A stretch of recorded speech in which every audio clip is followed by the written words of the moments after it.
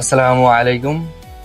দেখেন, আজকে আমি আপনাদের সাথে বেশি বেশি কিছু না, শুধু শিক্ষা নিয়ে একটু হালকা পাতলা আলোচনা করতে চাই। দেখেন, আমরা অধিকাংশ মানুষ স্বপ্নের জগতে বসবাস করি। এখন আপনি বলবেন যে আপনি তো বাস্তবে বসবাস করেন, তাহলে স্বপ্নে কিভাবে গেলাম?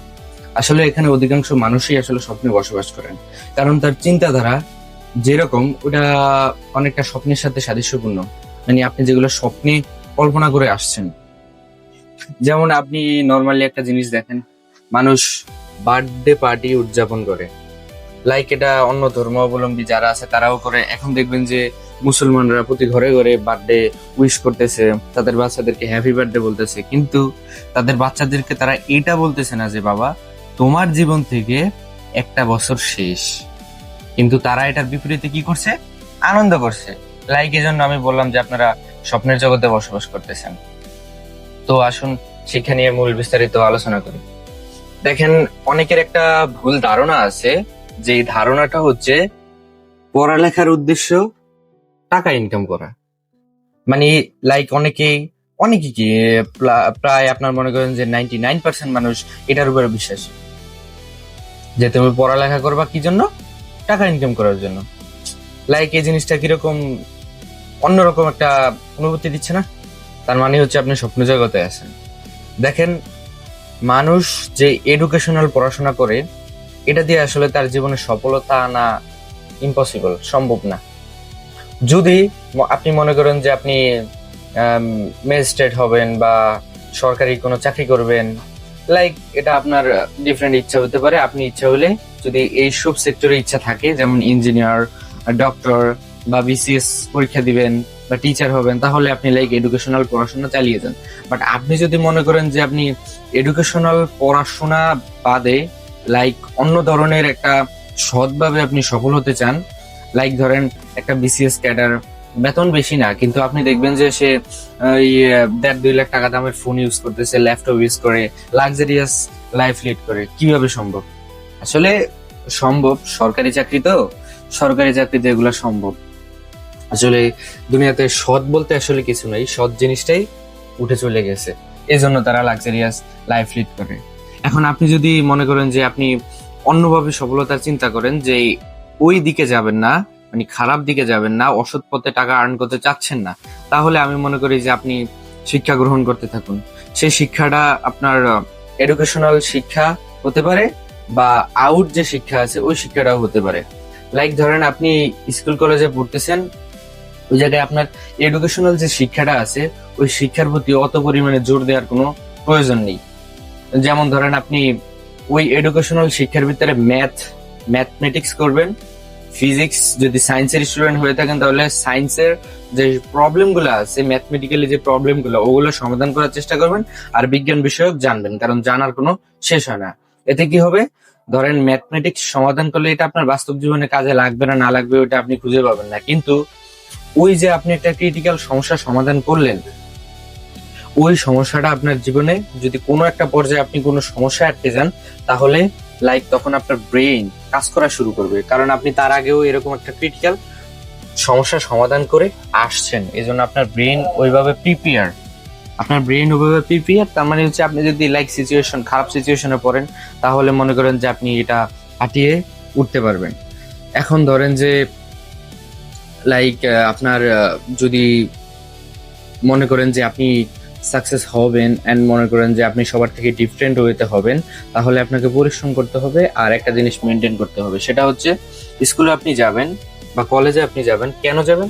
কারণ স্কুল কলেজ পড়ালেখার জায়গা না, ওটা হচ্ছে কমিউনিকেশনের জায়গা।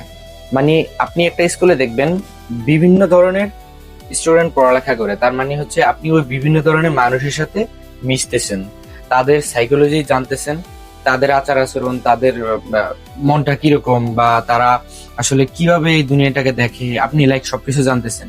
এটা আপনার একটা নলেজ হচ্ছে, তখন এই নলেজটা আপনাকে ভবিষ্যতে অনেকটা কাজে লাগিয়ে দেবে, যেটা মনে করেন যে আপনি বিজনেস করেন বা অন্য কিছুতে যান, সেটা আপনাকে অনেকটাই সাহায্য করবে। লাইক ধরেন যে আপনি বই পড়ার অভ্যাসটা করে রাখুন, আপনি অত্যাধিক পরিমাণ বই পড়বেন।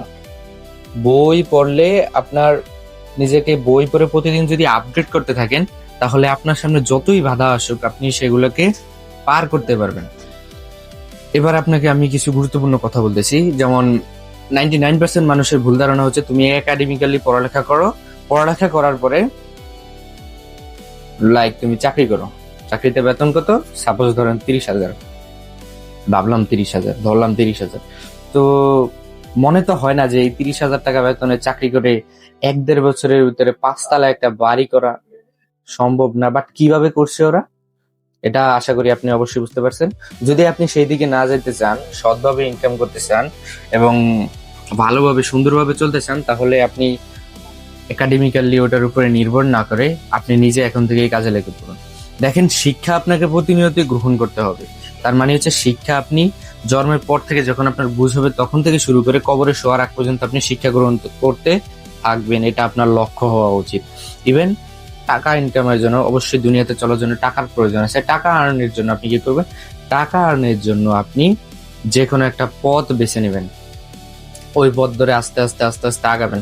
ওই পথে গিয়ে আপনি ভাববেন যে এই জিনিসটাকে আমার কিভাবে আরেকটু আপডেট করা যায়, তখন আপনি এটাকে এই জায়গা থেকে আপনি এই জায়গায় উঠালেন, আস্তে আস্তে এইভাবে উপরের দিকে উঠাবেন এই জিনিসটাকে। কিন্তু আমাদের সমাজের ভুল ধারণা, শিক্ষিত ভোলা পাইছে, পড়ালেখা করছে, 19 পর্যন্ত পড়ছে, কিন্তু কিছুই করতে পারে না, শেষমেশ কি করতেছে, খামারে কাজ করতেছে। আসলে ওটা মানুষের ভুল ধারণা। খামারে কাজ করে বলতে যে শিক্ষিত লোক খামারে কাজ করতে পারবে না, এটা কি কোনো কথা আছে? শিক্ষা তো আপনার জ্ঞান অর্জনের জন্য। ধরেন আপনার ইচ্ছা আপনি খামার করবেন, খামার বা আপনি কৃষিকাজের দিকে আগাবেন। যখন আপনি কৃষিকাজে একটা সমস্যার সম্মুখীন হবেন, তখন ওই শিক্ষা আপনাকে সাহায্য করবে ওই সমস্যার সমাধান করার জন্য। কিন্তু মানুষ এটা বোঝে না, মানুষ এটা বাহিরে আছে।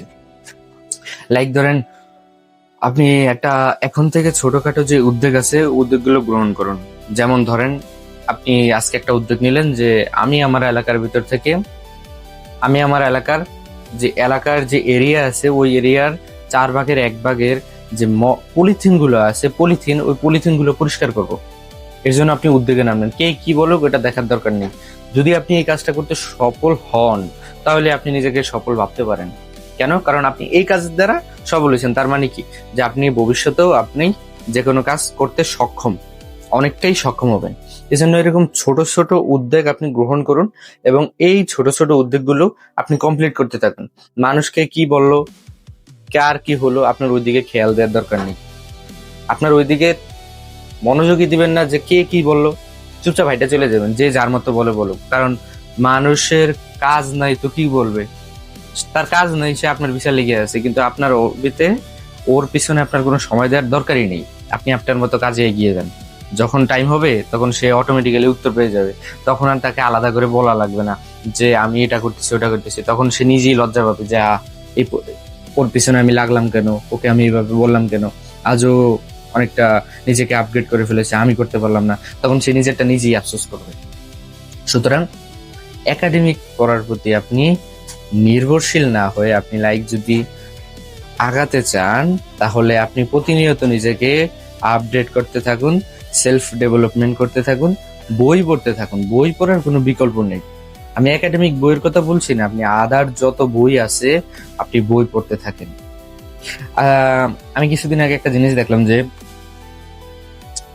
একটা মানুষ আর কি পোস্ট করছে যে সে প্রচুর পরিমাণ টাকা ইনকাম করবে। তো পার্সোনালি আমি যখন তার লাইফস্টাইল দেখলাম তখন পুরাই অবাক। সে পড়ালেখা ছেড়ে দিছে, ঠিক আছে, পড়ালেখা ছাড়ছো কেন ছাড়ছো, আমি অন্য ওয়েতে সফল হবো, ঠিক আছে, অন্য ওয়েতে সফল হবা, প্রচুর পরিমাণ টাকা আর্ন করবা, ঠিক আছে করো। কিন্তু পরবর্তীতে আমি দেখলাম যে সে খায় দায় ঘুমায় বাসায়। তার মানে কি, সে স্বপ্নের জগতে আছে না, যে পড়ালেখা ছেড়ে দিছে, সে এখন প্রচুর পরিমাণ টাকা আর্ন করবে। পড়ালেখা ছাড়ার কোনো বয়স নেই। পড়ালেখা আপনাকে বুঝ হওয়ার পর থেকে কবরে শোয়ার আগ পর্যন্ত আপনাকে পড়ালেখা আপনার সঙ্গী থাকতে হবে, তবেই আপনি সফলতা অর্জন করতে পারবেন। আমি বলতেছি না যে আপনি একাডেমিক পড়ালেখা আপনার রাখুন, আমি ওটা বলতেছি না। আমি আদার্স যে পড়ালেখা আছে, বই আছে, বিভিন্ন চিন্তাধারা আছে, সেলফ ডেভেলপমেন্ট আছে, ডেইলি নিজেকে কিভাবে আপডেট করবেন, ওই কাজগুলো যদি মেনটেন করতে পারেন, ইনশাল্লাহ আপনি সফল হবেন। কিন্তু আমি যখন ওর লাইফস্টাইল দেখলাম, ও রাতে ঘুমায়, সারাদিন মোবাইল টিপে, খায় দায় ঘুমায়, সে নাকি প্রচুর টাকার মালিক হবে, সৎ উপায়ে, তাও আবার পড়ালেখা ছেড়ে দিয়ে স্বপ্নের জগতে আছে না। এরকম আপনারা অনেকেই স্বপ্নের জগতে আছেন। সুতরাং স্বপ্ন থেকে বের হয়ে আসুন, বাস্তবতা বোঝার চেষ্টা করুন, রিয়েলিটিটাকে ফিল করতে শিখুন, বাস্তবতা অনুভব করুন, ভিতর থেকে অনুভব করুন যে বাস্তবতা আসলে কি, বাস্তবতা কিভাবে কাজ করে। আপনি ঘুরতে যান, ঘুরতে যায় শুধু ওই মজা করে আসলে হবে না, ঘুরবেন, আপনি দেখবেন যে ওই জায়গার মানুষের আচরণ কিরকম, ওই জায়গার মানুষ লাইক কিভাবে কি করতেছে। লাইক ধরেন আপনি যদি ঘুরতেই না যান বা ভালো কিছু ভিজিট না করেন, তাহলে আপনার মাথায় কিন্তু কোনো চিন্তাই আসবে না। যেমন একটা উদাহরণ দিই, আপনি বাসার ভিতরে আছেন, চুপচাপ ঘুমাইতেছেন, খাইতেছেন, আপনার মাথায় কোনো চিন্তা নেই। কিন্তু ধরেন আপনি আপনার বাসা থেকে 100 কিলোমিটার দূরে গেলেন ঘোরার জন্য, তখন আপনি ওই জায়গায় লাইক বড় একটা কোম্পানি দেখতে পেলেন। তখন কোম্পানি দেখতে পাওয়ার পরে আপনার মাথায় চিন্তা জাগলো, এত বড় কোম্পানি। তখন আপনার ভিতর থেকে একটা অনুভব হবে, আমি যদি কোম্পানির মালিক হতে পারতাম। তখন কিন্তু আপনার ভিতরে একটা অনুভূতি লাড়া দিয়েছে, মানে ভিতর থেকে একটা অনুভূতি আপনাকে আস্তে আস্তে করে কি করতেছে, টাচ করতেছে। এবং এর থেকেই আস্তে আস্তে আস্তে আস্তে করে একটা চিন্তা ভাবনা তৈরি হবে। লাইক আপনি কিন্তু বাসা থেকে বের হওয়ার আগে কিন্তু জানতেনই না যে ওই জায়গায় একটা কোম্পানি আছে, বা ওই জায়গার মানুষ কিভাবে আচরণ করলো, ওই জায়গার মানুষটা কিরকম, ওই জায়গার পরিবেশ কিরকম, লাইক ওই পরিবেশে ও কিভাবে আছে। আপনি কিন্তু এটা জানতে পারেন, আপনি যখন বের হয়েছেন তখন আপনি জানতে পারছেন। সুতরাং প্রতিনিয়ত নিজেকে আপডেট করতে থাকুন এবং সেলফ ডেভেলপমেন্ট চালিয়ে যান। এই সেলফ ডেভেলপমেন্ট আপনাকে এই নিচু স্থান থেকে এই পর্যন্ত উঠাতে সাহায্য করবে ইনশাআল্লাহ। ধন্যবাদ। সালাম।